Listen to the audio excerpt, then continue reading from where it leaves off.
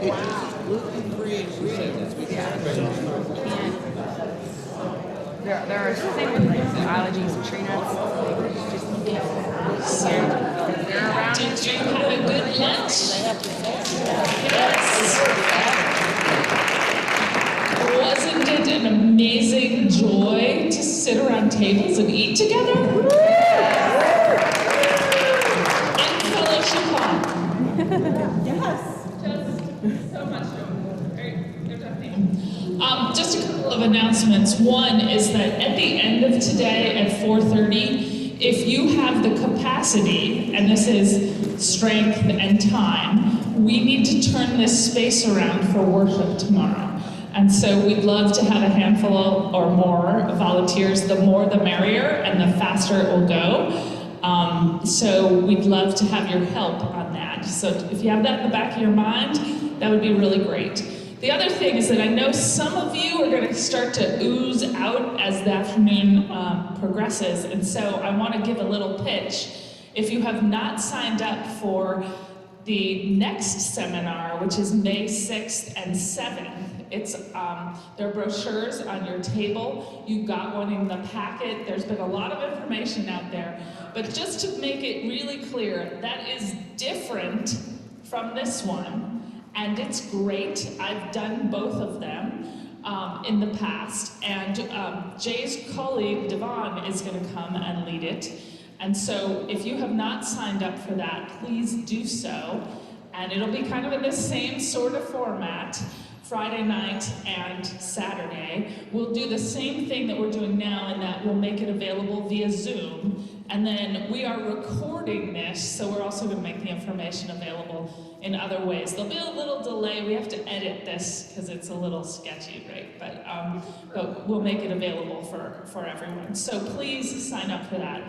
And if you haven't signed up for a small group, that is happening right before Memorial Day weekend. So Thursday, Friday, Saturday of that week, that's when Devon and Jay are both going to be in town. And each small group has 12 people in it.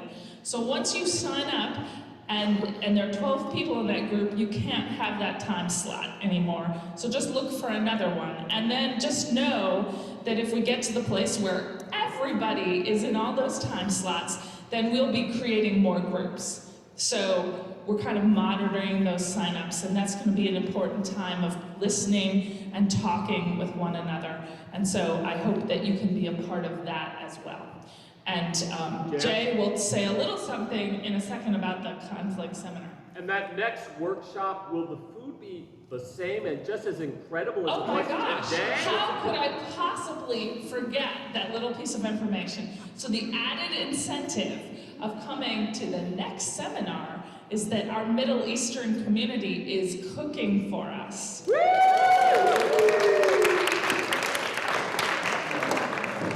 So no offense to our friends at Lombard, who are wonderful and capable and talented, the real draw is the food. So that's it. So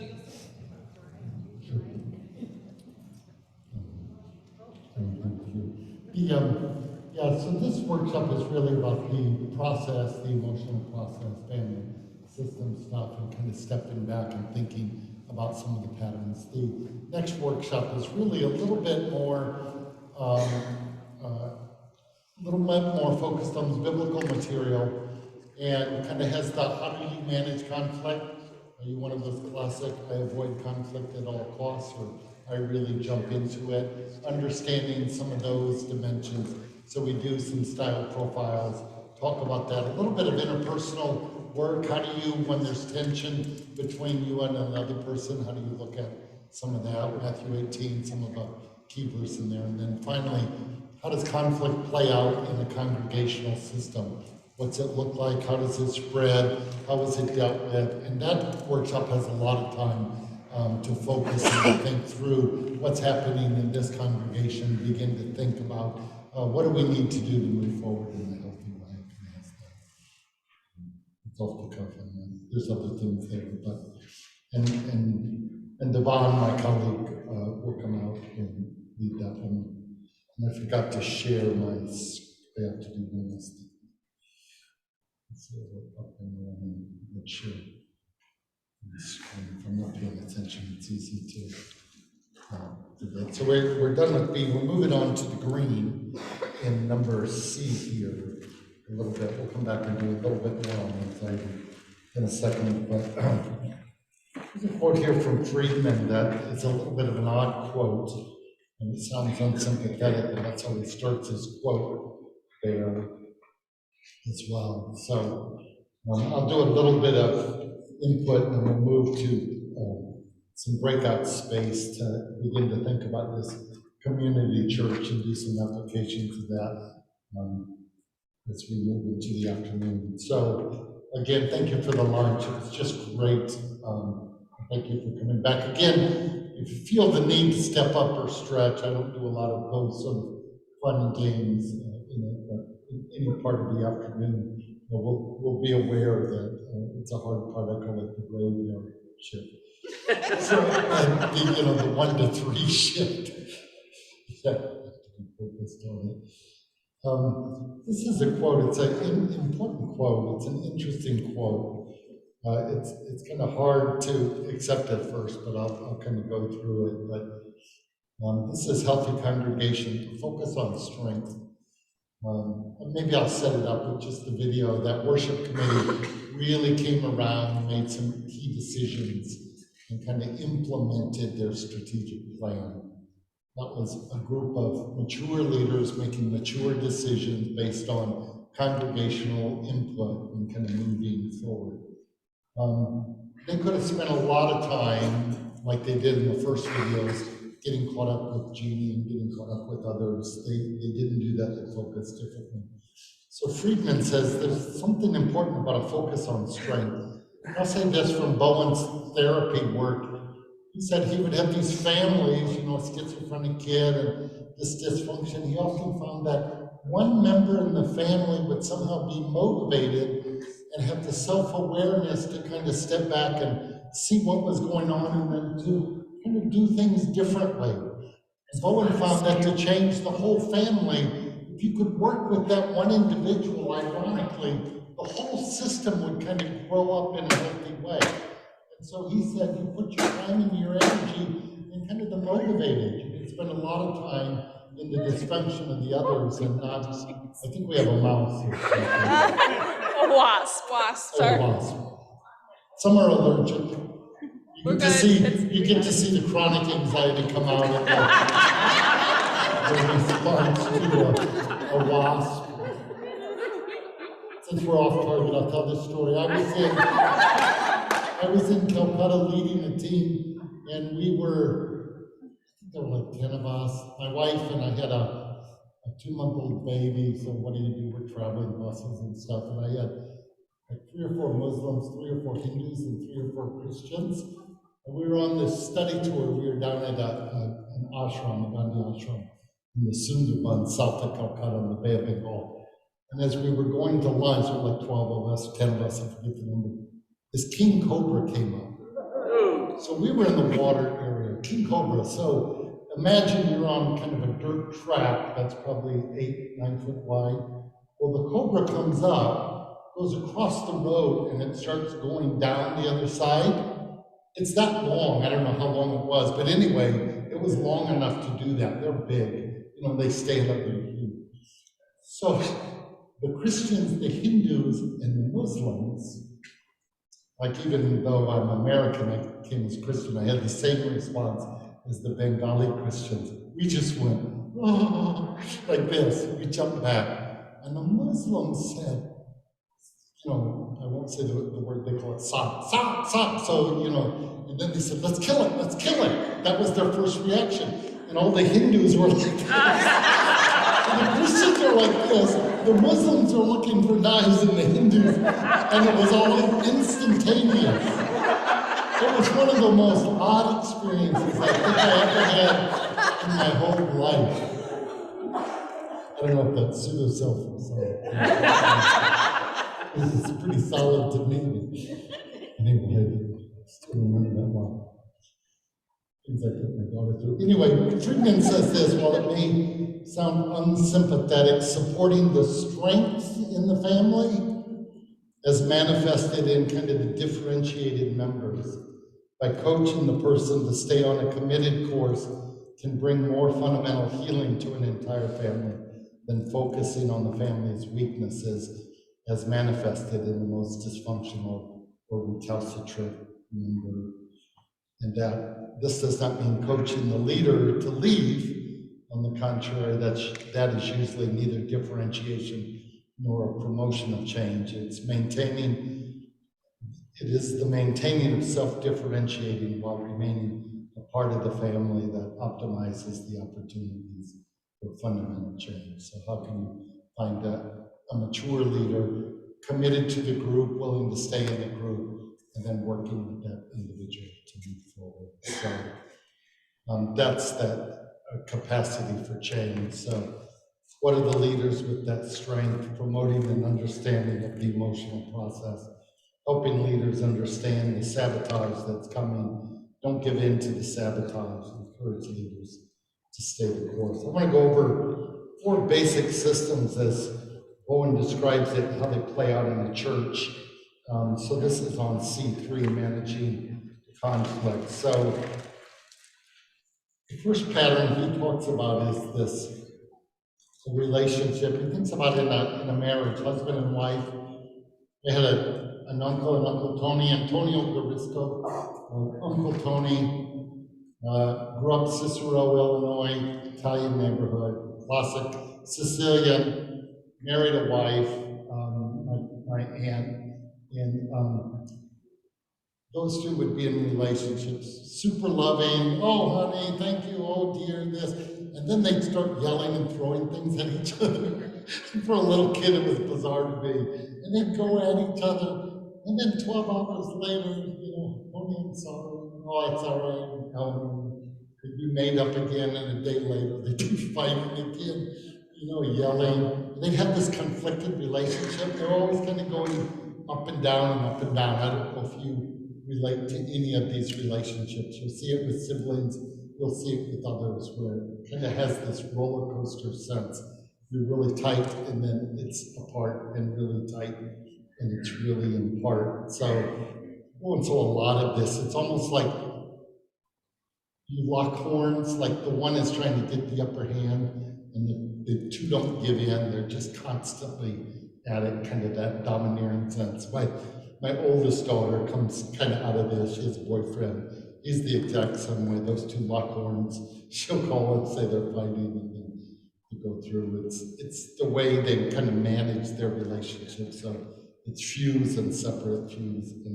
But in churches, you can see some of this where first, new pastor, a new staff comes in. There's this real intense fusion. The classic case, meet them at the train station, if you will, and then it kind of gets a real, pastor gets everything real blobby, and it gets too intense, and then they fight, and they force it out. But you'll see it in churches over the years. It seems like everything's wonderful, and then all of a sudden it falls apart. You don't know why. Everything's wonderful, and it falls apart. And it has this pattern, this sort of locking horns pattern as it plays out. Someone Bowen identifies, he says, often you'll have a relationship, husband and wife, they'll get along well because one spouse will sort of become a little subservient to the other, let the other become more dominant. The one will acquiesce, and male or female is irrelevant in this, but he called it this reciprocity of overfunctioning and underfunctioning, where one spouse will begin to take a lot of decisions for the others. You can kind of become the dominant one, if you will, answer the questions, know the solutions, maybe manage the health, manage the finance, manage the other, and the other becomes a little bit often symptomatic or expressing symptoms, physical, social, emotional, and others, and become kind of under-functioning, if you will. So the relationship works because the one kind of acquiesces to the other, if you will. So it can be expressed in this way, where one is more compliant, one is more dominant, And the basic concept, if you're doing for the others what they should do for themselves, but often you'll see it in churches where you might have an over-functioning pastor that'll come in doing everything, every meeting, did a mediation. And church was formed, new mission church, new area, north side of Chicago, not much money, and they needed to build, and they couldn't afford to pay the pastor, and he couldn't afford to buy a house in the area, rent a house. It was going to be hard. And he said, well, you know, as you build the church, just put a few rooms up top, and I can live in there, and that'll be fine. And that's, okay, that's great. So really committed. Sunday night, you know, he'd go up and they'd sing a hymn, and while they were singing the hymn, he'd go up and he'd bathe his kids.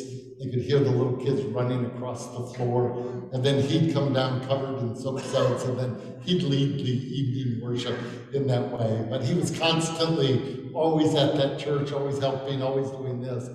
And the church survived greatly. Of course, his marriage fell apart altogether. And then down the road, they had this pastor. He was great, didn't need an interim. Why do we need an interim? That'll just slow things up. We have this retired minister. He can mentor the new guy, and that'll be fine. So he was there to mentor the new guy. But he was over-functioning, lived at the church, always stayed there, did everything, checked the boiler, you know, sort of that. And you can see that. Imagine if you have an over-functioning pastor, what the next one is like. This is Presbyterian church. We're doing this year. And pastor was real committed, everything through the church his whole life. They found a replacement, same way, never missed an event. The second pastor had cancer and was under treatment, and everyone knew he was ill. They didn't know how ill, but in the course of his cancer treatment, he never missed a service. He was always there to preach, and then one Thursday, he just died. Everyone knew he was sick. They didn't know how far. He didn't miss it. He was always there. They hire a new pastor, and this new pastor is a millennial, wife, kids. They said, you know, it's Thursday night after session meeting. We'd like to go out and have a snack. They'd go out and have maybe a beer, watch a little ball game, just have some fellowship together, something like that. He said, oh no, I have to go home, and my wife and I are watching the Netflix series. Netflix? That's recorded. You can watch it anytime. They were angry, and the worst part, it's like Friday night, he would go to the comedy club, and then he would be one of the comedians performing. Well, that's terrible. But what they were really saying is, why do you have a life outside of the church? That's what our pastor, and someone said, it feels like you don't love us. Why? Because you're not here 24/7. Over-functioning. You wanted to be at the comedy club, and they didn't want it. Over-functioning, that sense of, I'm going to do it, make all the decisions, do everything right. Over-functioning, that's an important concept to look at. The third one here is just this sense of distancing, that when conflict or there's tension gets high, it's often managed by one of the two persons creating separation. So in my family, my father, when we were going out, there was some tension. My father took up flying. Sunday morning, he'd go out to the airport, spend the day, you know, take up golf, you know, spend the day. Well, that's nothing because he's interested in flying or he's interested in golfing. He's trying to get away from the tension at home. So you'll see it with people, won't write it, won't visit, won't do an email, won't do this, won't make a phone call. It's their own anxiety. They're feeling the need to distance. You'll see it in churches in various ways, but the sense of cutting off, so less contact, less communication, and maybe increased attention of leaders to non-church activities. So the pastor is also passionate for Haiti and the mission to Haiti and the trips to Haiti. And also the pastor is nowhere around. Oh, he's really serving the Lord down in Haiti. Well, yeah, he's also getting away from the church. You see that, or ecumenical relationships or interfaith dialogue at the food pantry, and lo and behold, the pastor's never at the church. Well, it might be a real call to mission, but it might be a sense of that anxiety in the distance. And I would say I'm a classic distancer in this way. My wife recently said, Very sunny day again. we can spend more time together, and what she's saying is that I feel we're a little distant at this point. we want to be together. And I could hear it as, oh, we should golf more, but that's not what she's Main saying. voice there. Anymore. The director or the leader, Dan Whitmire is his name. John Whitmire. And if she beat golf, we He's would- from the Midwest, but he has connections in the Lebanon, Just Lancaster focus area. on wind and snow distance. Anyway, but you'll see it in church too when anxiety gets high, that people tend to leave the church or not show up or often not come to meetings, not be present at like gatherings like this, that it can be difficult, and so they'll end up leaving. And then if you manage conflict in that way, often you don't know how to do it except to change the relationship so one is kind of forced out or distance. It's a common way to manage that relationship. And I think distance is very, at least it's common in the Midwest, just to be separate somehow. The fourth one then, Bowen, and this is when he was working with parents, you would find that the two individuals, there'd be tension, but as they could focus their energy on a third entity, that would resolve the conflict. That's where he really moved from this diatroidian model to this triangling model, but he calls it a projection process. So it's this focus of two individuals. They don't get along particularly well, but boy, as soon as they start talking about the pastor, or talking about this, or talking about that, it kind of brings them together. They don't have much in common before that, but once they can kind of share that way, then they move into it. So they achieve an internal unity by focusing criticism on someone outside that system. I'll talk just a second about how triangles form. You know, in the Bible it says if there's tension between two, you should go. When the person is alone, go with them, right? So here you have A, there's tension with B, and A doesn't want to go, but A goes and shares the anxiety with the person. Well, you can't believe what he did. And you begin to tell that story. Well, I've got to share what so-and-so did. And you begin that little gossiping triangle. You begin to tell the story about what someone else did. And you begin to share it. And then pretty soon, that togetherness will bring some relief to A, if you will. However, C kind of gets caught in the anxiety and begins to view B in a different light. So, yeah, I can see that. I can understand that, and also C is looking at B in a different way. And then you get this coalition formed between A and C, and you have a sense, like, if you're B, it's like, you know, something's going on, but you feel like you're on the outside of this triangle. You see it in teenagers, you will know it. Two will pair up, and the third person will be on the outside, right? And you can feel it, might be at work, it's like, two staff members, they go off to lunch, they didn't invite me, and they have a sense they're talking about me, and I don't know what's going on, but they have these shared jokes. That's a sense you're on the outside of this triangle. Well, how's it play out? B gets anxious, and B goes ahead and says, I don't know what's going on with those two, but I think they're talking about me, and I don't know, something's there, and then that kind of spreads, and pretty soon the triangles start to proliferate out, and then you get this polarization taking place within the church system, if you will. But it can be, if you can detriangle as well, that if there is tension, just the ability to be neutral, not to suck in the anxiety, not to begin that gossiping process and the triangle. And if you can refrain from jumping into it, again, the third party neutral stepping in, that the tensions will revive itself in this way. So Owen always said triangles are kind of natural. Two-party relationship systems are unstable, and it's quite common to begin to talk about a third person and pull it in to that way. And it can resolve the anxiety. But, you know, when they begin to interlock within the congregation, then they can be pretty pernicious and difficult. So, who do the triangles get projected on? Often it's the most responsible person in the system, like the coach, whatever it might be, the pastor, but often a vulnerable, the newest person, sometimes the weakest person in the system. That's kind of how bullying can take place in a system, if you will.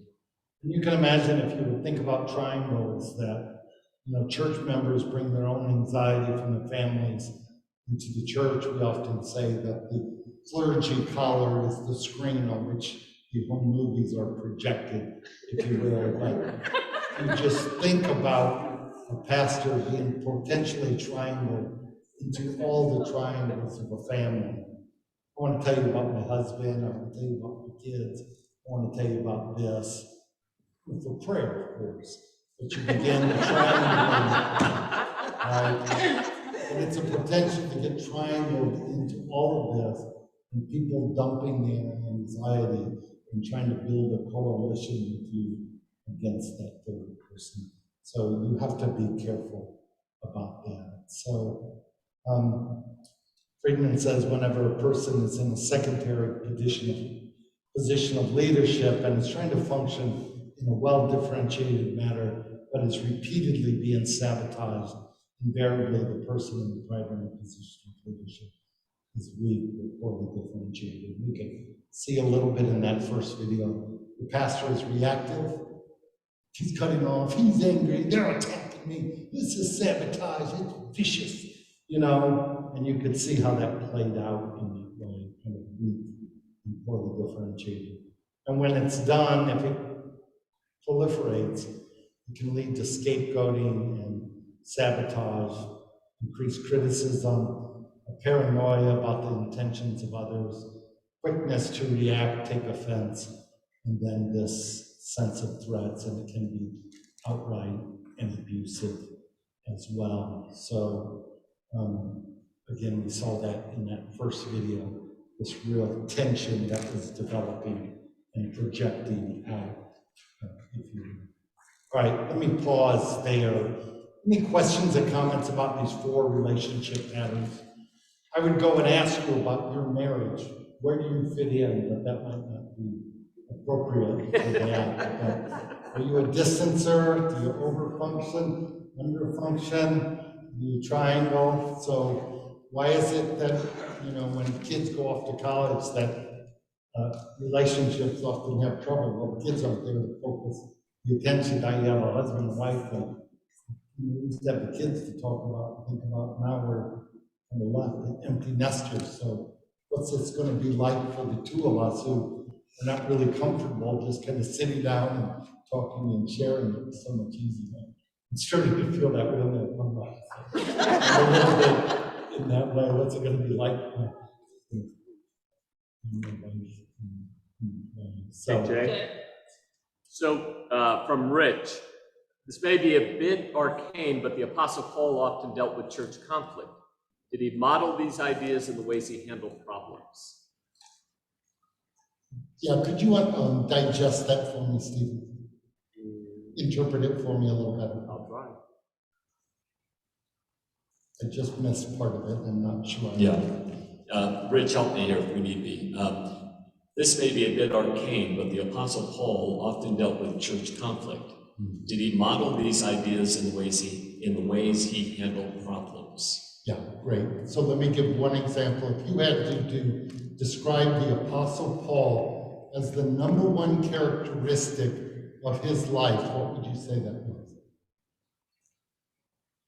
Letter writer. He was a letter writer, first and foremost. What does letter writing say about the Apostle Paul? John? Well, he had lots of advice for these different congregations. And advice, I'll put an answer in your mouth. He was communicating.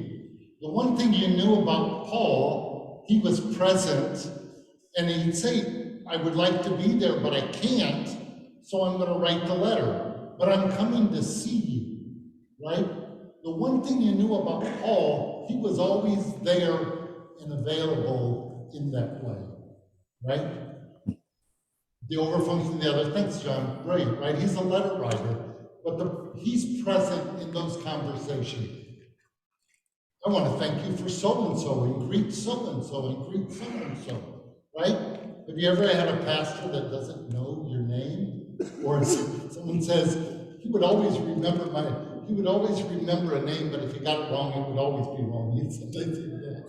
But that sense that the pastor is always present and available and knows your name, knows about you, cares about you. You will see it with grandparents. They'll ask you, you know, what are you doing with this? What are you doing with that, right? So Paul was really present and available in that way. So he's not distancing. He's not sort of that way off. So that would be one way I would highlight, which is a great question. There would be other ways to look at that. I think that's a really important part of his leadership, the ability to be present. He also met people head on. Like he didn't triangulate. When there was a problem, he always addressed it straight up. And he often enlisted, you know, other people. So it wasn't just him dealing with the problem. And I think in lots of ways, he embodies healthy behavior. But he also, since he had this conversion experience, you got to watch him grow as a leader. Because he didn't start out that way, right? He was this terrible human. So. Thank you. Yeah. Anything to add? We had Aaron, and then I went on Peter for a while. But it's an important part. The one thing also, Paul, you get a sense he's really clear on his thinking and his theology, and that it's playing out in the relationship patterns. So he knows what he's believing and why, he knows what he's trying to do and why in terms of building the churches, but he's doing it in the context of a relationship system. So you see his beliefs and thinking, right? He's got his goals there, but he's doing it in conjunction with the growth of the church. It's probably more, we'll say a little bit about that. Let's pause for a bit, though, with that. It's on Zoom. Watch that. Okay, I think I'll stop screen sharing. Yeah, let's stop.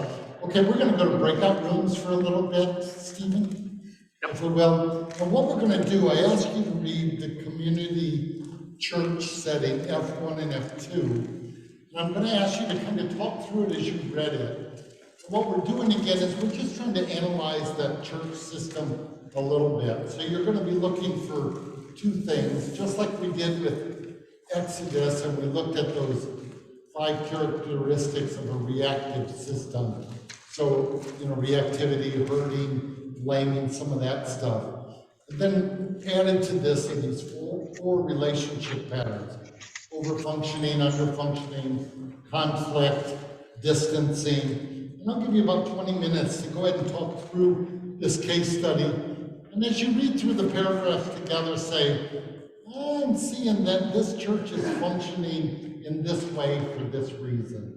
So that's the yellow page on F1 and F2. So I'm just trying to get you to step back and talk. What's happening at this point? What's happening at that point? So just to identify a few of those things as you go through it. And then we'll stop at about 2 o'clock. That'll give you a little time to think through this as we go. To give you a sense, there's no right and wrong, but you're beginning to see how churches play out. Hopefully you got Pastor Carr and the over-functioning pastor doing all of his work with that.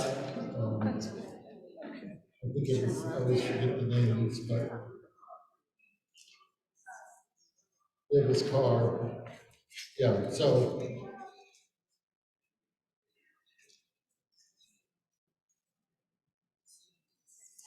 Pastor Carr began attending all the youth meetings, advising the youth director, and complaints continued, etc., to the youth director. Right. I want to say just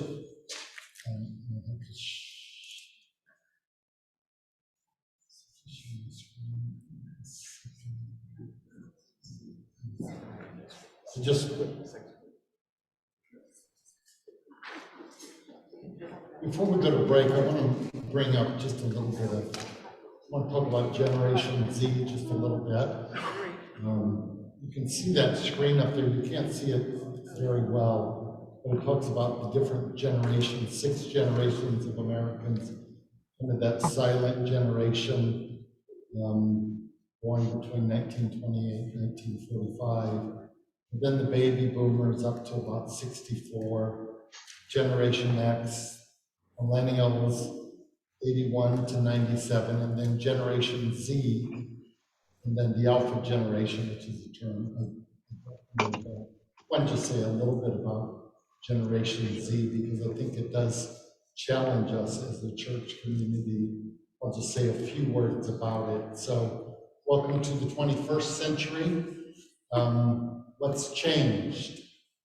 So, this is an author, Thomas Freeman. Thank you for being late. But in 1995, he calls this a hinge movement, when the future or kind of a new world began, and it's this creation of a hyper-connected world under which the speed, scale, and scope of communication has really accelerated, leading to a historical cultural shift as well, and that it is resulting in intergenerational differences, if you will. I won't go into the research of all this. Gen Z explained, but just say it's a research of all these online posts and comments. I forget how many millions and millions they looked at to kind of pull out what's Gen Z thinking and talking about in this way. And this is the first generation to really know the world exclusively from the internet and the possibility of endless information and infinite connectivity. And that Gen Z navigates this new digital world without the guidance of their elders. So they don't have, what are your kids doing on the internet? What are they interacting with? It's not like you take them to church and you know what the preacher is saying and you can share it. That's a black space for me, at least for me. I have 4 kids in this generation. It's the most diverse generation in American history, and Gen Z is beginning to develop its own unique voice, if you will. It's inventing new ways of defining and presenting itself. So we talked a lot about pseudo-self, being a solid self, this idea of identity, that Gen Z is beginning to develop an identity, and sort of the traditional church as we know it is not having as strong an impact as you might think. Kind of a strong work ethic, yes, but equally strong self-care ethic as well. As they go through, let me define the generation a little bit. So pre-millennial socialization identity came from parents, from being in their family of origin, their relatives, even their culture, a singular religion and limited media exposure. But kind of Gen Z identity is forged by the premillennial, postmillennial socialization. You do have identity forged by parents, family of origin, and relatives, but it's a multicultural influences. And then you have multi-faith, pluralistic, secular belief, and then you get this thing, really a lot of online communities, if you will. So these authors argue, I won't go into the details of those books, but post-millennials unbundle and remix through internet searches and exposure to different communities. They're piecing together a new reality, sort of snipping and cutting, pasting to design an identity. They develop fine-grained identities subject because they encompass attributes that are subject to change as they adopt to multiple markers. Different grains of identity are refined and combined by each individual in the process of discovering, constructing, and communicating their own unique selfhood. So how does that play out? Well, they're forging identities, so issues of gender, sexuality, race, and ethnicity. Premillennials kind of considered these as stable, biological, set for everyone. Post-millennials would question the naturalness of any of these and begin to say they're all subject in one way or the other. So gender, sexuality, race, identity, none of these are really fixed categories or terms, but they might be a spectrum of terms, if you will. What shapes Generation Z? Well, technology. Someone mentioned the significance of technology. Is that Bob? Or somebody, I don't remember who. Technology is really important. This idea of diversity is important. An idea of security is important. Worldview. Here, only about 4% of Gen Z said that they have a biblical worldview. Much of this is English, from England. 4% have a biblical worldview. So they don't believe the Bible, don't like the Bible, don't trust the Bible, so to speak. So, and then identity, again, this issue of gender and the transitory nature of gender becomes an issue for them. In other words, they're viewing the world very different than the world that we view. And how do you reach out and be part of that and understand it? It's a very different world in that way, and we're challenged as the church to be part of that and understand what that's going to look like. Many of you will be around as Gen Z folks. As it looks like. All right, one last concept I want to bring before we. Yeah. And can read it. Go ahead and read your part.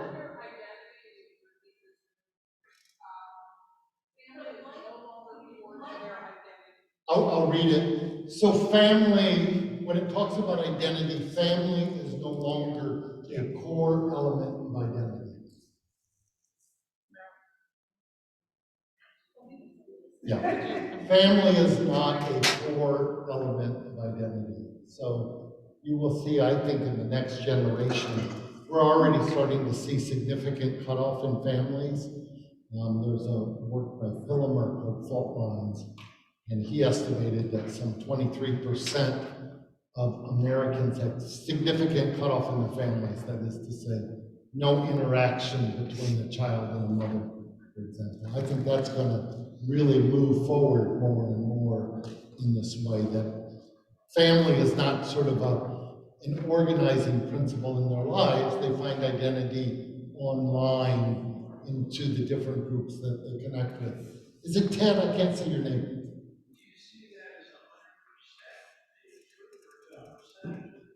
It would be a percentage, a significant component of that. I wouldn't see it probably quite that high, but it will be significantly different. I'd have to go back to the source and say, but what's being shaped is the online communities. So if you're Instagram or TikTok, it's across the world, it's across religions, and it's kind of being honed in that way. So this idea of being American, it would strike them as very odd that, well, I've been American and having, because in the digital world, you don't have boundaries, you don't cross boundaries in quite the same way. It's just one world, so you can interact with someone from Cameroon as well as somewhere else. So it shapes it. Thank you for that. I just wanted to highlight it because I want to come to one other Bowen concept I think is helpful. He talks about this idea of societal regression, societal progression, in the sense that if different generations are being challenged by various traumas in the past, that plays out within society as a whole. So he gives an example, I'll play it out, it'll be here, but how the nuclear family impacts institutions, and then how institutions can impact the families themselves. So in the 60s and 70s, Bowen says, boy, it sure seems like a lot of families are being more supportive of the disruptive behavior of their children. I'll give an example. I grew up in a Catholic school, 1 through 5. First day of public school, 6th grade, I go in and one kid says, "I'm gonna call my father."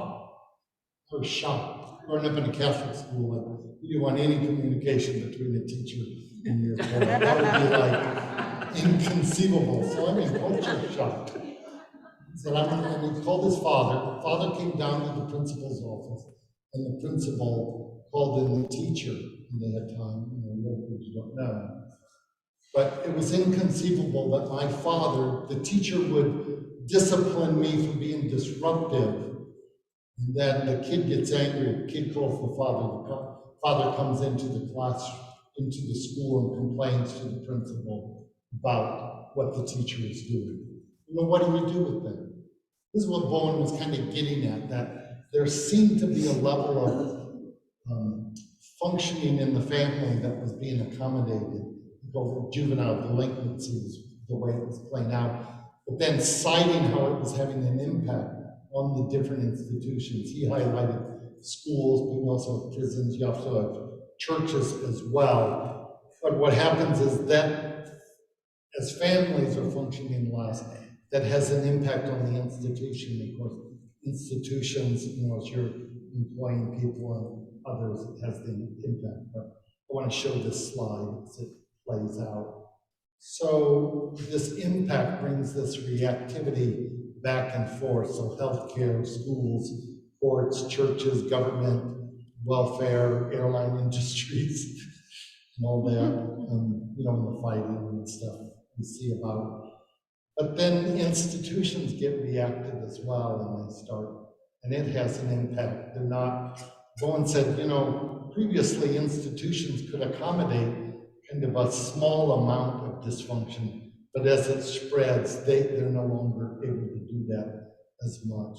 And he puts it in a broader context. You have resource shortages, you have all this information overload, rapid communication, you have structural changes, you have overcrowding. But the important part is everybody's kind of anxious, and you hear these things. What's happening? Is it safe? Can I walk the streets? Whatever. And then you have this media that is like this dome that kind of echoes everything back. So you have these news cycles and now social media that are constantly heightening the anxiety. We had a conversation about 3 Mile Island and the nuclear incident and how that played out, the reactivity that came after that. Imagine if anything like that would happen now, going back and forth, right? It's just this sort of high frenetic energy, and people play it out. So it impacts us all, it impacts our churches, impacts our children as we try to deal with all of this stuff. So the lightning bolts there, I'm just trying to say, we live at an age that's highly anxious, and there's institutions and others that are trying to, in a sense, milk that anxiety in various ways, or play off that anxiety, or to be demagogic. That's the word I'm thinking of. Being demagogical, I think, is the word I'm looking for. I don't have it quite right. But in a sense, to play off one another's fears. You should be anxious, and I'll tell you why. Right? Is it safe to drink the water? You'll see on the news, and come back after the break, and we'll tell you why. Is it safe to go here? I'll tell you why. And you just have this constant. I don't know. Maybe you don't feel like maybe we're different in Chicago about this. And it's supposed to put you on edge, right? It's supposed to put you on edge, because after the break, we're going to begin to think about being a non-anxious presence. But the challenges for youth, and the challenges to be the church in the midst of this anxiety is going to require us to be kind of healthy, clear in our thinking, non-anxious presence, and to be relevant. That's what I'm trying to say. You're doing the hair or something.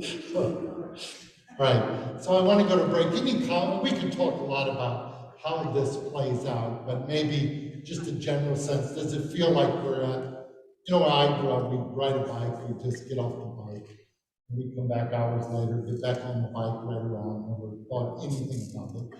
Never thought I was going to get kidnapped or I just never grew up in that world. It was just such a different world. And my parents would go to work and, we'd get dressed and sort of feed ourselves and head off to school. And after school, our parents we'd do whatever. And it was just a different world. It wasn't an anxious world. Parents didn't ask what we did or didn't do. But now, the thought that your kid would walk a block, you just think, oh no, that's not the same thing.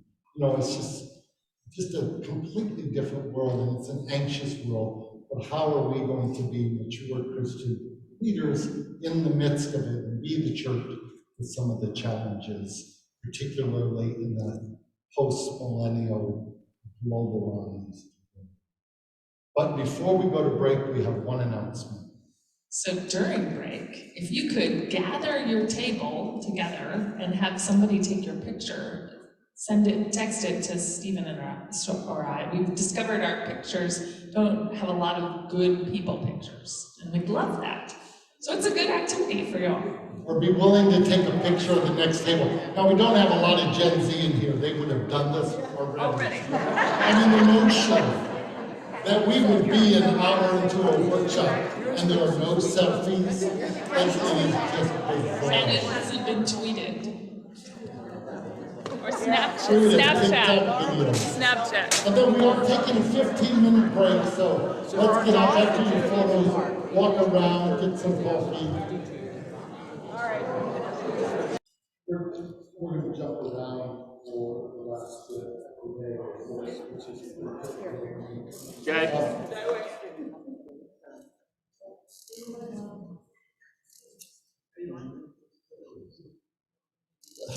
We're going to jump around a little bit. We're not going to spend a lot of time talking about mission. It's really important in that D section, just to have a sense of mission. We talked about that a lot last night. That's pretty straightforward. We'll spend some time on E a little bit here. I want to do two important things, but I'm going to have to, in this slide, and just jump. We just have to jump forward to slide.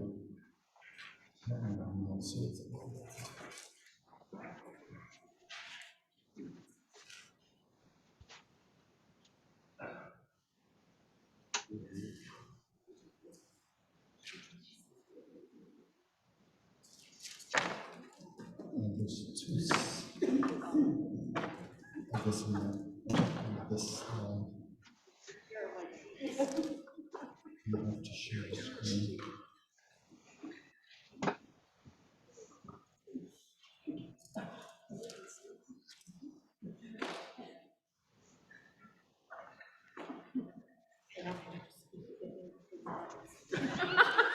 You can't quite see this. I have a number of slides leading up to it. I'm not going to show all those slides.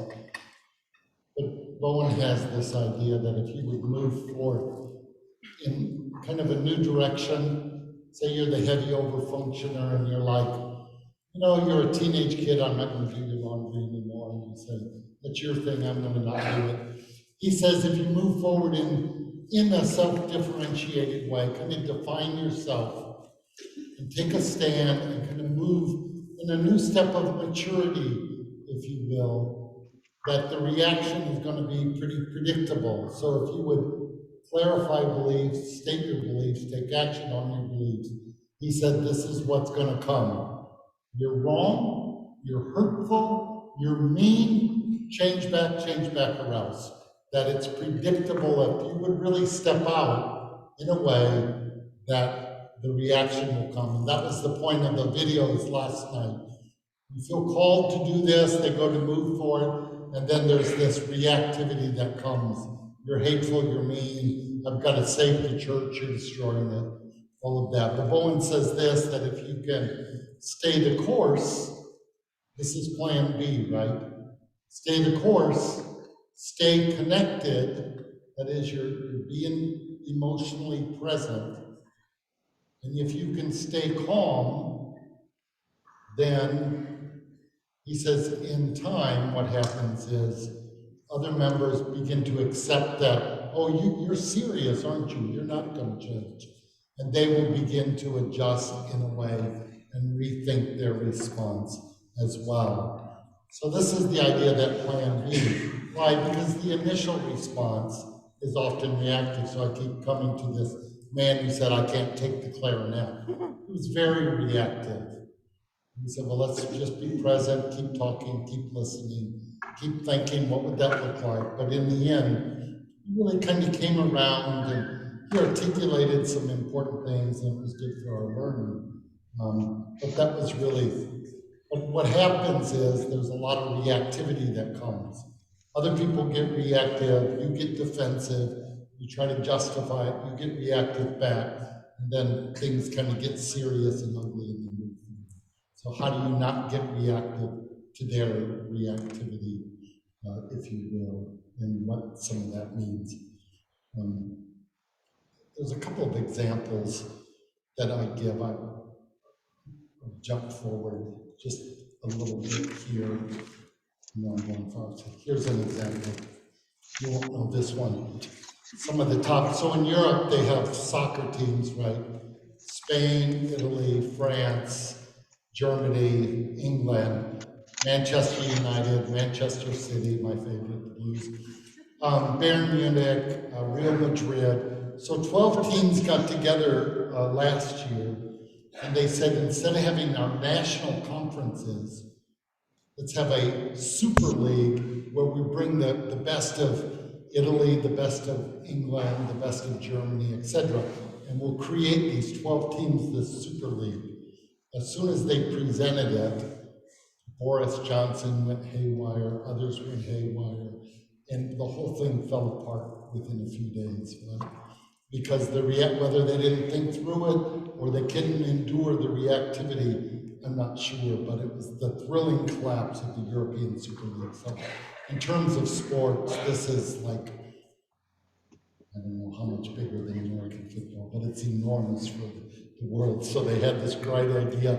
They all got together, they all got agreed on it, and then the whole thing kind of collapsed altogether and it fell apart in that way. I'll give one brief example from my work in Nigeria. So I don't want to spend much time on this, but you may recall that there were 276 schoolgirls kidnapped, abducted from a small school up in northern Nigeria called Chibok.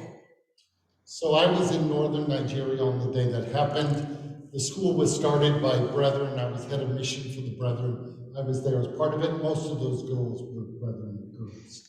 So that was 2014. So I spent about 6 years on this issue. It was just gut-wrenching. The picture here is in front of the White House. There's two Nigerian colleagues of mine from the Nigerian Brethren Church, and then Ambassador Sam Brownback, who was the ambassador large for international religious freedom. We were there to visit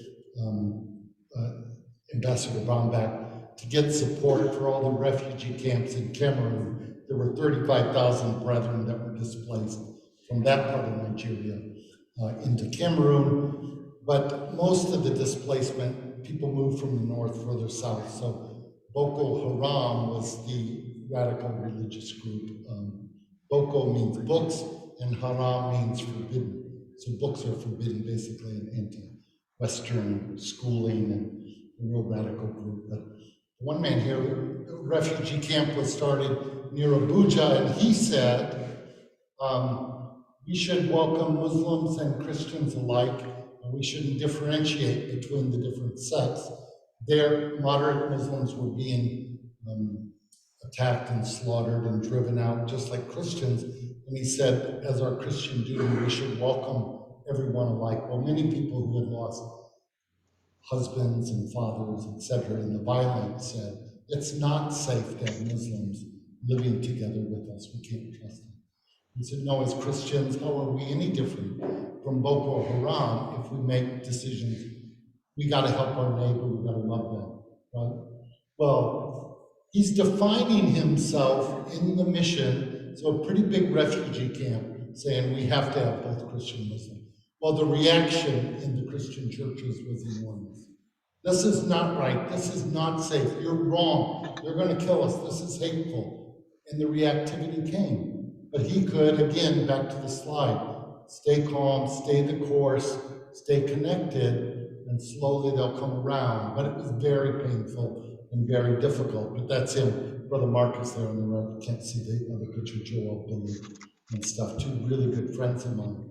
But other Christians were saying, no, we have to get arms, we have to get guns, we have to fight back, it's not safe. No, we're not going to do that. We're going to be loving and caring, but we're not destroying church or mosque. We're not going to fight back. We're not going to arm ourselves. We're going to move in this direction to show love and caring. So U.S. Ambassador and others come to the camp because it was such an unusual idea. But just to say, that response received a lot of reactivity, but in time, there was a real change in it. It's a lot of upwards and some of that. Anyway, just to kind of reiterate as we move forward in a sense of mission, it's not uncommon to have a lot of reactivity. Okay, I'm going to have to jump forward. That's a picture of one, but I'm going to show it. And then I want to go to this video by Freeman now, so it's really faster. Just get down through them a little bit. All right. So this is Ed Freeman. We talked a little bit about it. The video is about 20 minutes. It's a little bit long. But he talks about this idea of sabotage, self-differentiation. I think it's really excellent to hear it. I think we have our sound for it. So if you don't have your popcorn ready. But he kind of ties everything together really nicely. So he's talking about self-differentiation in the midst of sabotage and overcoming sabotage. And then he finishes with this idea of paradox and reversal, which I think is helpful. So hopefully this will play. I think it's an important issue. Oh, So I'm going to talk a little bit about the forms of sabotage, about why I think it comes about,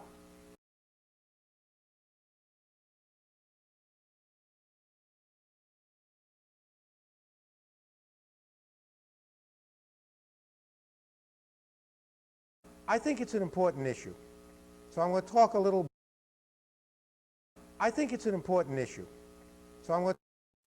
bit about the forms of sabotage, about why I think it comes about, and how you prepare for it. First of all, as I said this morning, I think in the plenary when I drew that picture of the mother in the family, what is that statement? No good deed goes unpunished. Everything I'm suggesting you can't get away with. It's much easier to lose yourself in the group. But then no evolution will occur. As long as heads stay inside the body of the turtle, the amphibians ain't going to evolve. Are you willing to risk keeping your head outside your body? I think what happens is this. None of us is more than 70% well differentiated. So each one of us has close to a third need to glob with others.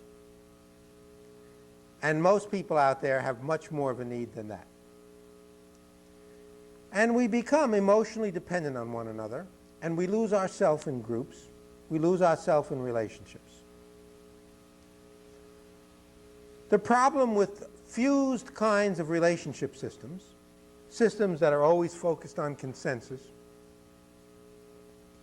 is they're less imaginative, they have more trouble dealing with crisis, and there is, I think they're more easily panicked.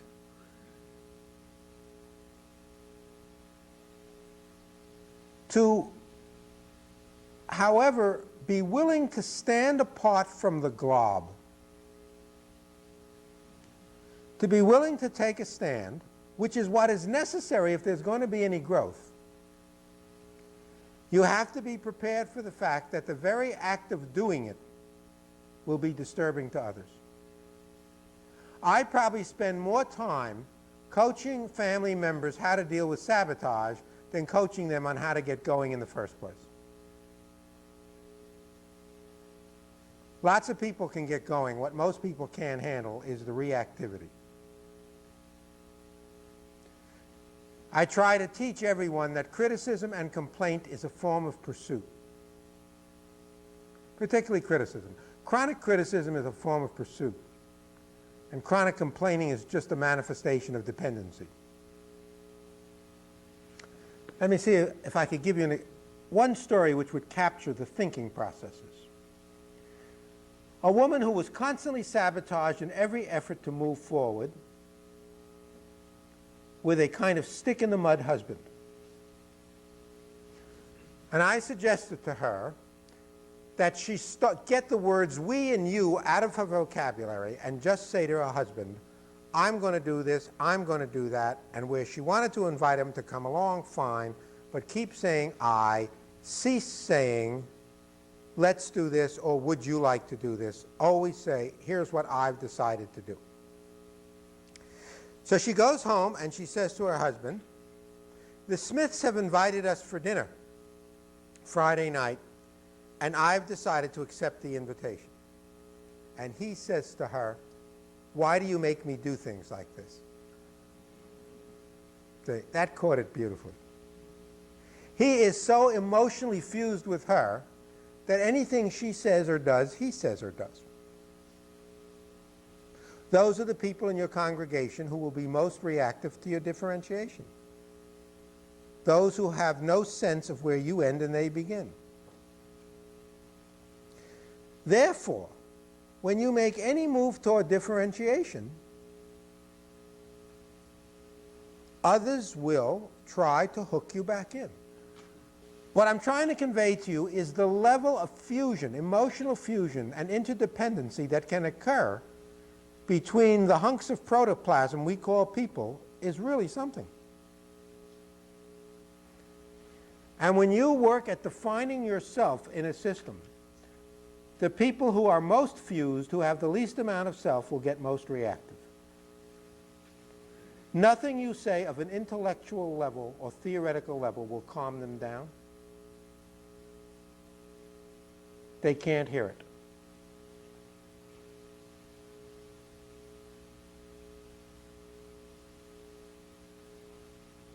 So what Bowen used to teach us is when you get feedback in any system that you're cruel, selfish, cold, insensitive, and so on, you're probably functioning better.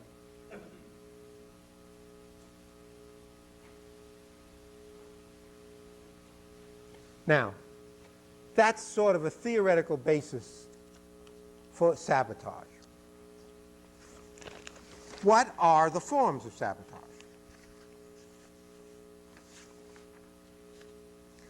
Here are the ones that I've come up with. First and above all, number one is criticism.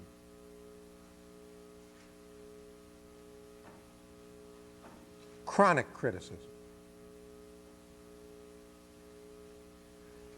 What chronic criticism will do is keep the differentiating person focused on the critic. That's the purpose. Even if you can defend yourself well, even if you can refute the criticism, the other one's won. I remember one situation with a woman who had a lawyer husband, and he'd write prosecution briefs. And he'd have her on the defensive all the time. And she always felt she had to defend herself and stand up to him, and she couldn't. He was a trained lawyer to argue and discuss things. And finally, one day, I got her to say to him, when he started on one of his tirades, listen, honey, do you think we could skip the judgment this time and go right to the punishment? And that broke the cycle. But what is required with critics is a process answer rather than an answer to the content of their criticism. As long as the critic can keep you caught up in the content of their criticism, then they win, even if you've got a good argument.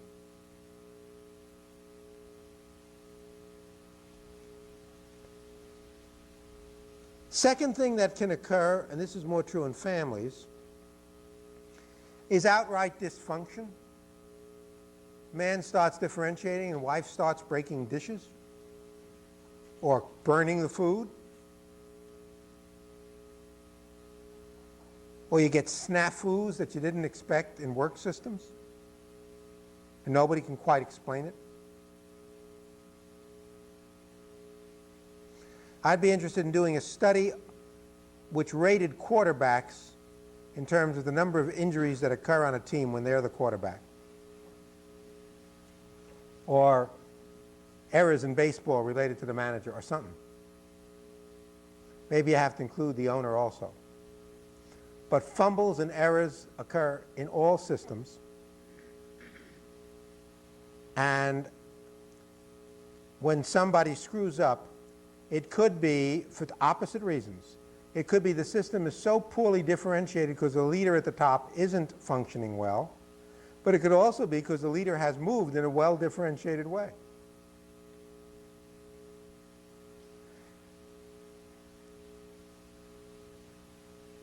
What I want to emphasize is that sabotage is mindless. It isn't that people go out of their way to hook you. It's an automatic response.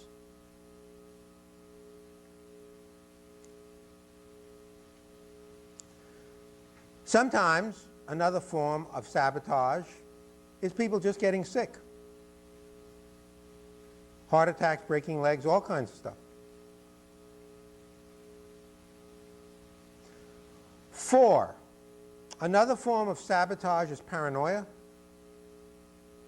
It's amazing how many, I was going to say husbands, maybe it's equal, I don't know. How many husbands will start thinking their wife is having an affair when the wife starts to differentiate? Let me go back to the anxiety issue. One of the things Bowen taught us was, if you just stop thinking about somebody else, they'll know it. That's a verifiable hypothesis. You could try it. What happens with a mother or a spouse who's differentiating is they do less thinking about the other one. They're less easily made anxious. That, by the way, is when someone is having an affair, the first clue to the other spouse that their spouse is having an affair. They don't even understand it yet. All they know is their partner isn't made anxious as quickly.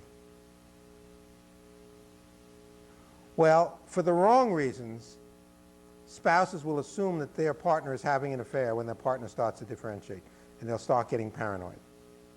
In a congregation, they'll think you're looking for another congregation. That's partly what all that stuff about sabbaticals is about. As I assume you all know, there's just so much intensity in congregations around the issue of a sabbatical.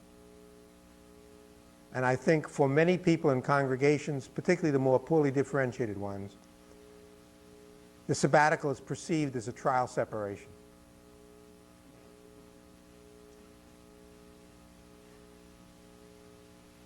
Five, another form of sabotage is the creation of triangles. Had a woman start taking strong stands, her son started messing up around the house. At one point, he really screwed her up when she was trying to clean up the house, and she swung at him with her broom and kind of nicked him on the arm. The next day in school, the teacher said, "What's that bruise on your arm?"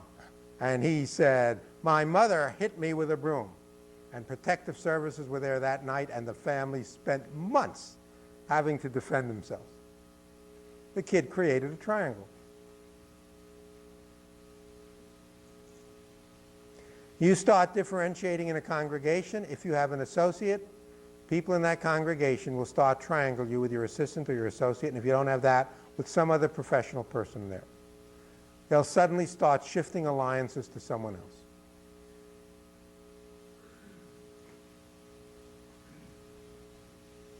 A sixth kind of sabotage is people get very quick to be reactive. You say the simplest thing that you didn't think had any intensity in it at all, and the other person goes haywire about it. that is the non-differentiating partner in the relationship, will start getting more intense about things.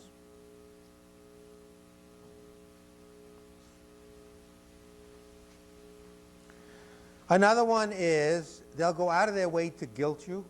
That's related to the criticism, but they'll push your buttons. And in any relationship system, the more dependent ones know the buttons of the better differentiated ones far better than the better differentiated ones know the buttons of the more dependent ones. That's why the dependent in systems are always in charge, because they're more focused on the others. They're always thinking about how to control the other one. They're always thinking about how to stay close to the other one. Here, I'll throw out a terrible statement to you.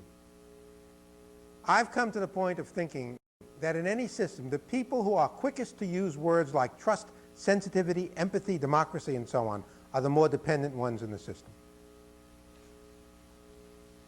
Because the better differentiated ones aren't even thinking or worrying about those issues. They're primarily concerned with getting somewhere.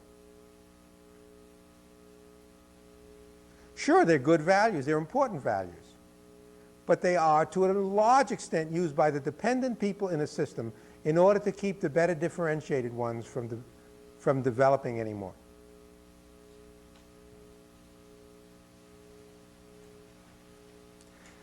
Two other things are put in here, but they may be subdivisions of what I've already said. One is that the saboteur, so to speak, will go out of their way not only to make you feel guilty, but to make you anxious. They'll say things and do just what gets you worried. Why? Because it gets you thinking about them. This is why it's like a form of substance abuse. When you start thinking about them, it gives them a fix, and it calms them for a while. And then, in a sense, I've already said the last one, they get more argumentative. If they took a position and you disagreed, and you just tried to disagree in the easiest way, well, you and I have different perceptions. You're wrong, and they'll just keep coming at you. They won't let it go. All of them go, I guess, under one major topic, which is they're trying to engage you. Now, in a family system, I say, damn the torpedoes, full speed ahead, because a family can't kick you out. And I would say to a member of a family, don't worry about the sabotage, just keep going. They'll eventually come to adapt to you. In a work system, you've got to pay some attention to it, or it'll just get worse, worse, worse. But you don't want to pay so much attention to it that it throws you off course. So what do you do about this? I have 5 ideas here.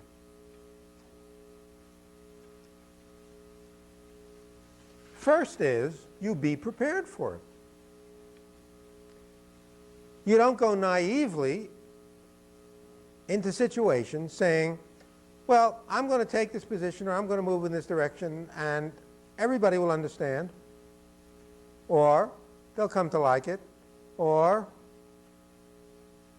they won't give me a hard time. You go in prepared. You expect it. In family situations, a lot of people who don't make progress because they keep hoping that the next time they go home, things will be different. And I say to them, you've got to prepare. I want you to figure that for the next 6 months, every time you go home, be prepared for this stuff. And don't walk in that door thinking or hoping it'll go away.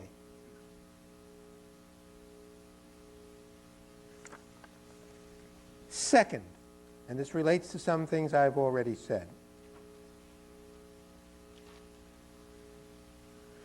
you try to keep your eye on the process rather than the content. It's not easy to do. It requires being somewhat differentiated to begin with.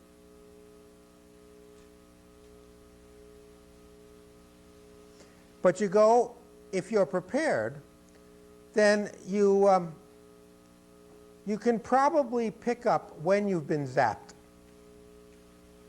And you can probably recognize, hey, this argument I'm in is stupid. Why am I in this argument? I remember a guy who did a beautiful job differentiating, and I warned him he wasn't going to get away with it. He said, no, I could handle it. And about a week later, he found himself in the middle of a huge fight over how he loaded the dishwasher. And he said he was in this fight arguing with his wife about her trying to impose her values on him and so on, etc. And suddenly it hit him, sabotage. My God, I've been arguing about the dishwasher for 10 minutes. There's no point. And then once he realized it, he just backed out. So I think nobody can not get caught. What you can do is be more prepared for it and pick up that you've been caught. But the more you can focus on the processes, the less time you'll waste in issues that aren't important. The third thing, in terms of dealing with sabotage, is that most sabotage can be outlasted if you stay in touch with it without getting hooked into it. I had a client once who was a judo expert, karate expert. And one day I said to him, you must feel real safe in the streets. And he said, are you kidding? He said, the average thug is so out of shape that all you got to do is spar with them for 30 seconds and they quit. Well, the average thug in the average congregation is also so out of shape that all you got to do is somehow stay in touch with it but not get too hooked into it, and you can outlast them. This is where playfulness comes in.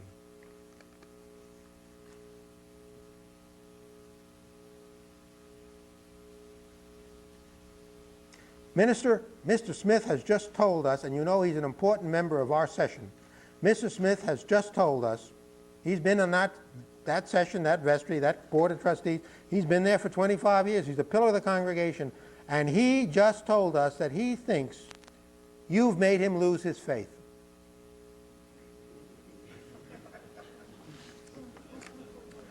Not only that, I've already sold his soul to the devil. And you're next. I mean, how are you going to deal with that kind of stuff?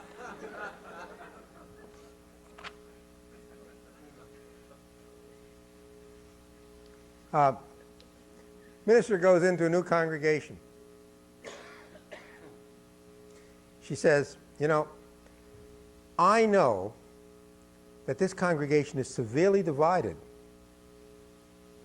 around the previous minister who left.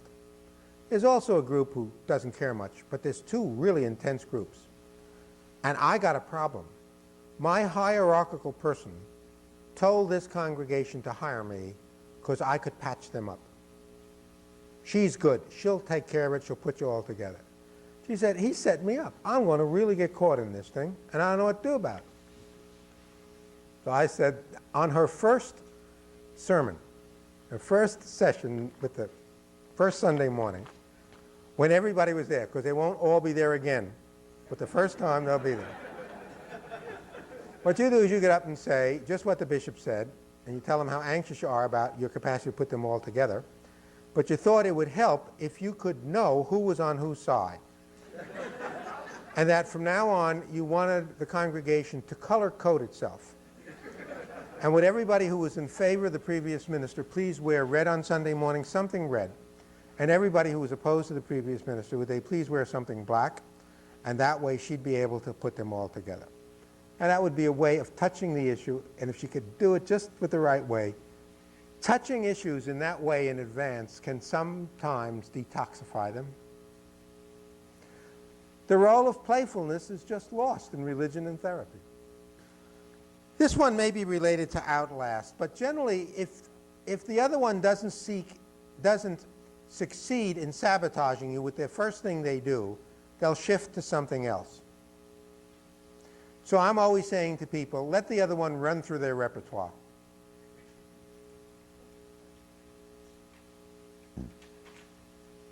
But that's related to the outlasting. Finally, there's the issue of cutoffs.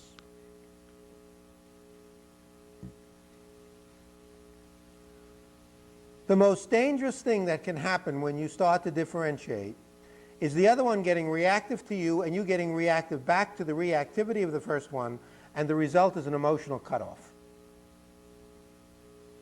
I have heard of so many marriages go on to divorce that I think if only the differentiating partner could have understood what was going on at the time and not gotten so reactive to the other one's reactivity, things might have been saved in an earlier stage.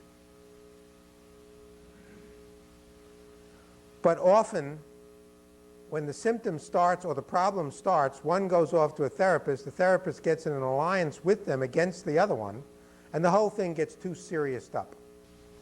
Now, what playfulness does is it diminishes the potential for cutoffs.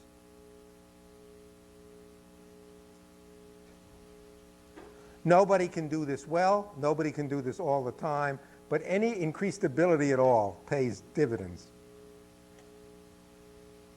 Interestingly, it feeds back to the self-regulation issue, because in order to be paradoxical and playful, you've got to be monitoring yourself.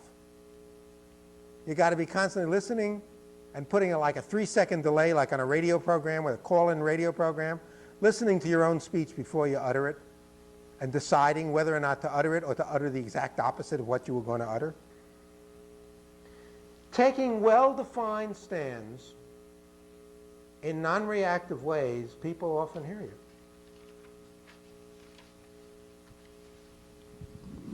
Episcopal priest, member of his congregation, digging in his heels, criticizing him everywhere, joins the budget committee and has his salary reduced by the committee. This man's been there 15 years, beloved, but going crazy. Goes to the leadership in the vestry, and they say, don't pay any attention to him. Well, sure, they can say that. The question is, what do you do? Clergy are constantly in the Clint Eastwood position, which is you're hired to get rid of the desperados, and everybody else goes and hides in their house while you do it. And then shoot you in the back when you're through. You know, what is that movie, High Plains Drifter, I think it is. I'd like to show it to every vestry session and board of trustees in America. They hire Clint to get rid of desperados, and then Clint starts feeling his oats and being his own self, and they get together in little groups and say, maybe we made a mistake. We shouldn't have hired somebody who's so strong. Don't worry, let him do his job. We'll get rid of him afterwards.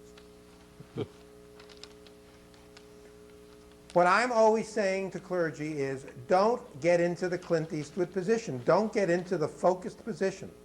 Don't take on the desperados yourself. Force the congregation to do it. How would this guy do it? I suggest that he go to the vestry and say, look, you hired me to do a job. Here's my job description, and I've been doing it, and I like doing it. But I cannot do it adequately and also take care of Mr. Smith. So I want to be guided by your advice. If what you want me to do is keep Mr. Smith quiet, I can do that. I'll put in the effort and the energy to do it, but then don't expect me to do the job you hired me for, because no human being on this planet could do both. If, on the other hand, you want me to do the job you hired me for, then get him off my back. And give them the choice. One final line here, and be your setup man. You've got people in the church who say, but Pastor, we can't do that. We can't regulate this person. It's not the Christian thing to do. Well, he knows what my answer is. I see the same thing go on in synagogues because it ain't the Christian thing to do.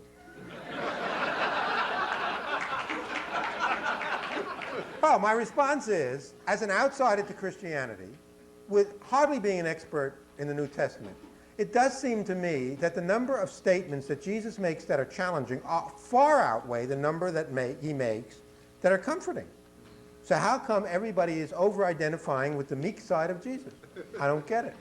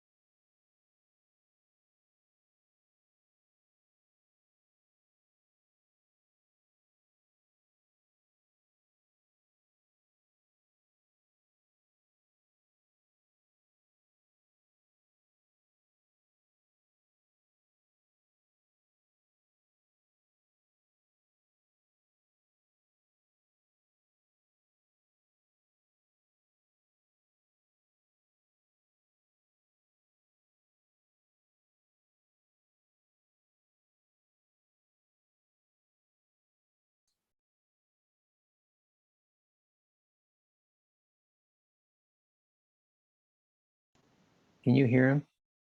No, he's muted.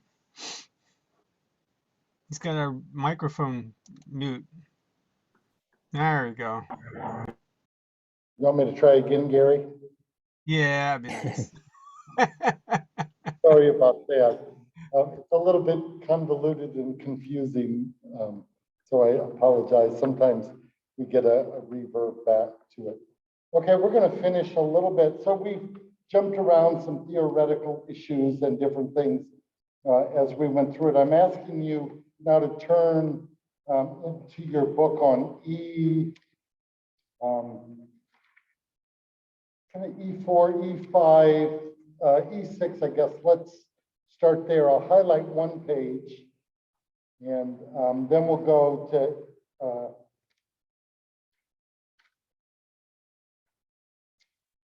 I'm just going to highlight this as a page. We're not going to spend time on it here, but I want to highlight it for you. In healthy congregations, leaders promote strength through their presence and functioning. And it's kind of a self-assessment test. How well am I doing? Do I act out of my beliefs? Can I offer I statements? Does anxiety stop with me?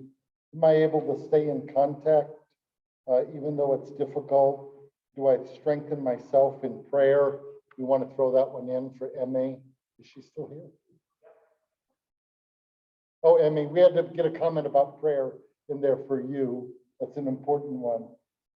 This is a self-assessment. You can go through it on E6 and E7 to think about that.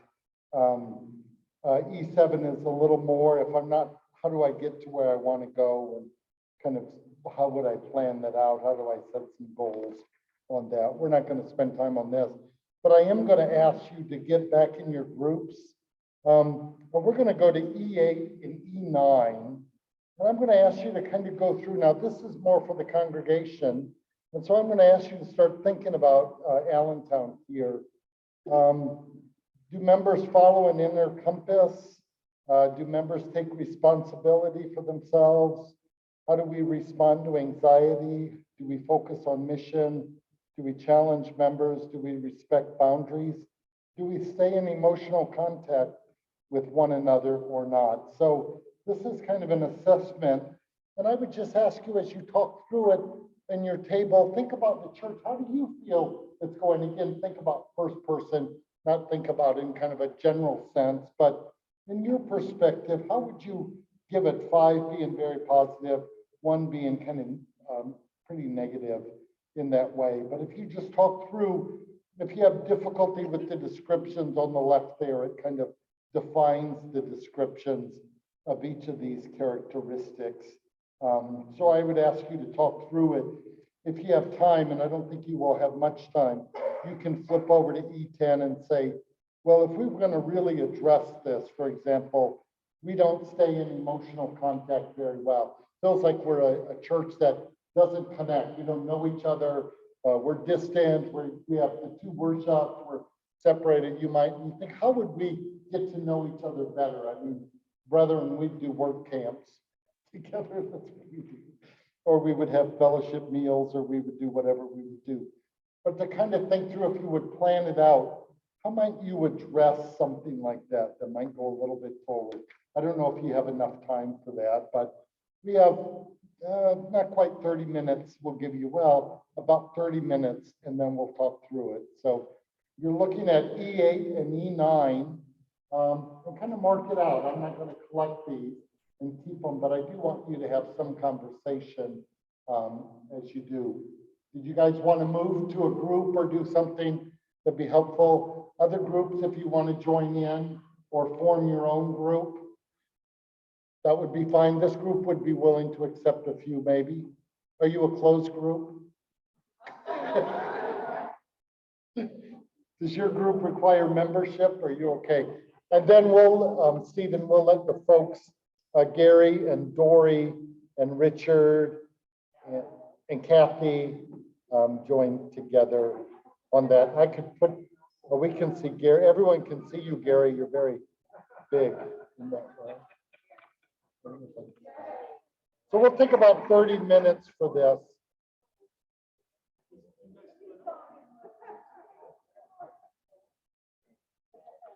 have more conversation on this, if you would like. Sorry we didn't have enough. Roger asked me if I was going to collect these and give points to it. And sometimes we do that, but kind of since we jumped around a little bit, so I'm not trying to get those points exactly. But it can be insightful, and you might talk with one another about, we kind of thought this was an area that was critical for us, or areas we should work on. So you'll have to come back to that in various ways, if you will. I'm ready to start moving toward closure.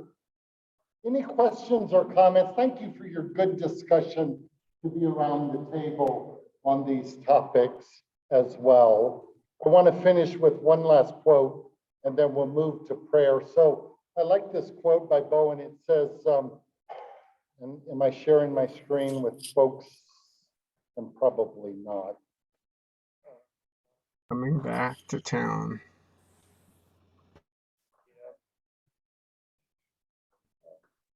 I have to, sorry.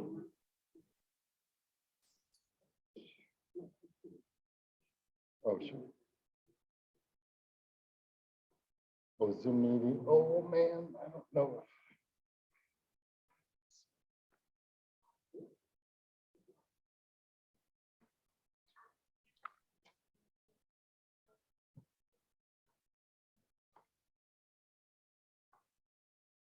Oh, shoot. Okay, shoot.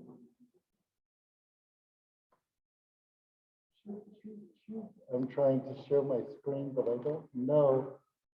Share screen option or share screen? Thanks. I can't see it.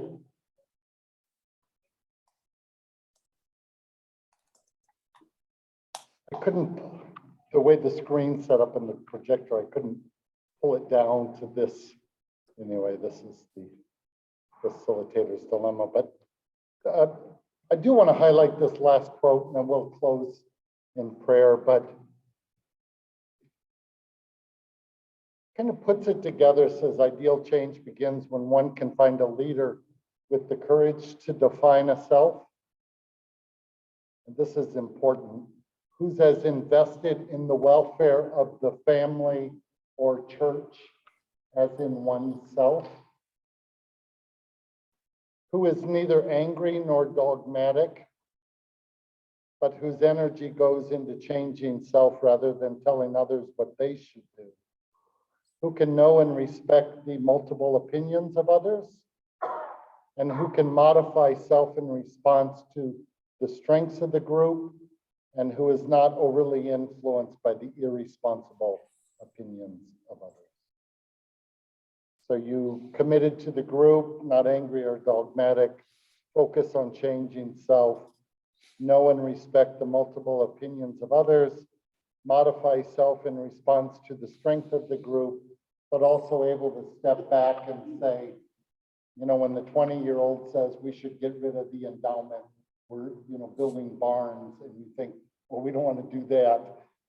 You can say that's kind of an irresponsible opinion, but the ability to say, well, maybe that's not the right thing to do at this time, the willingness to kind of move in that. So you can recognize there's something called an irresponsible opinion. It's just like the man who said, no clarinets in the sanctuary. That was an irresponsible opinion, and we could move beyond it. But it's the courage to define a self, be a self, but all the while being connected within the group together. Okay, I'm going to invite us to stand. We'll just close. We'll try to do a circle and spread out as best we can. And I know it's going to be hard for those on Zoom, but if we can do a big circle around as best we can, come to the outside. We might need a microphone as well, but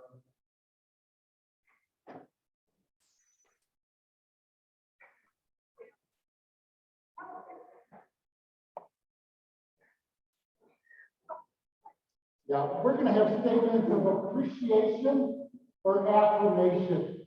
So not for the whole group, but if you would single out a few people, we singled out all the deacons for their good work already, which was important.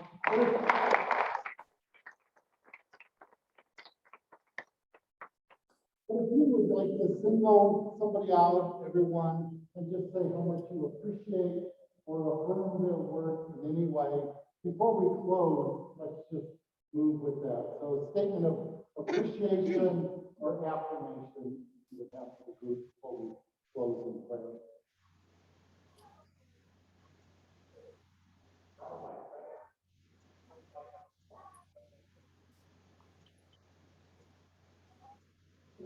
Hello. How about all the elders? Can we express appreciation for all the folks that have been involved?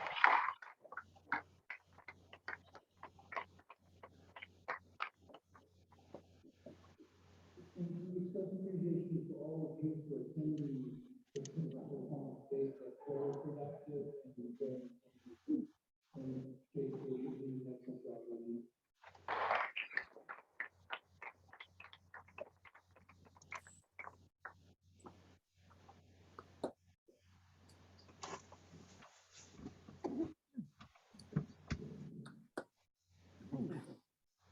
How about for those that funded this session?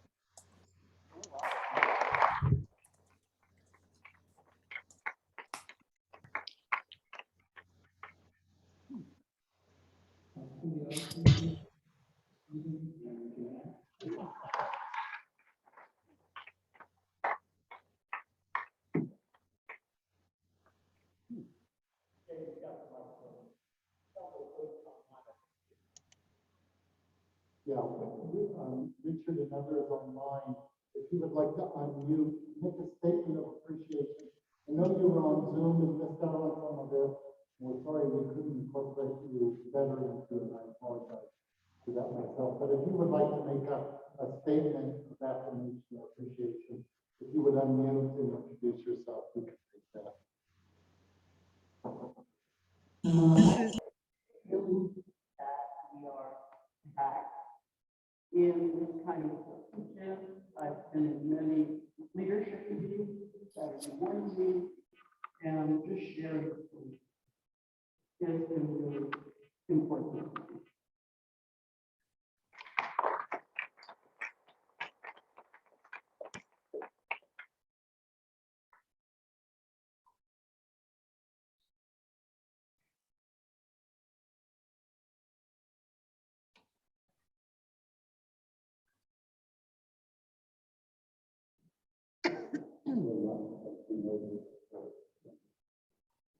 I just want to express appreciation for the opportunity to laugh together. We've been so serious with this group.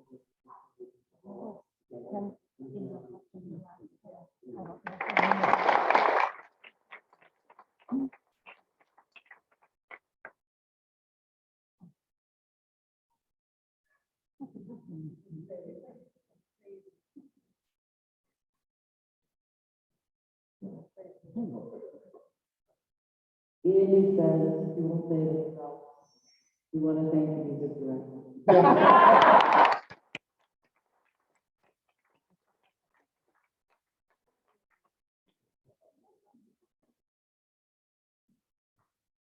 Well, thank you all. I know you appreciate one another, certainly for being together during the day. And all of the tables would appreciate one another for the helpful insights and comments that you made, and just being vulnerable and participating at the table in ways that we don't always do that. I think as we move forward, I'll close with prayer and we'll leave it at that. So, Lord, thank you for this day, that you be together in church with something profoundly human, profoundly spiritual about fellowship and one with another, sharing our ideas, and for prayerful, reverent attitude. We thank you for that. Thank you for the things we share and learn. And that as we go from this glorified name, also that everything to us, everything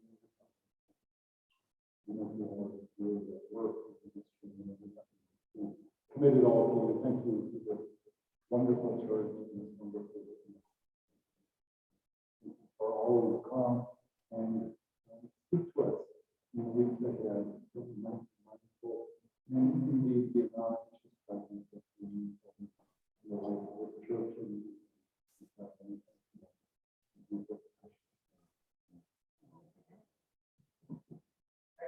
Thank you.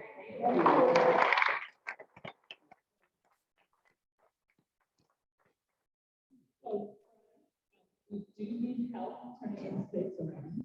So if you could lay your items on the table, all the chairs on this side, the pulpit side, need to be.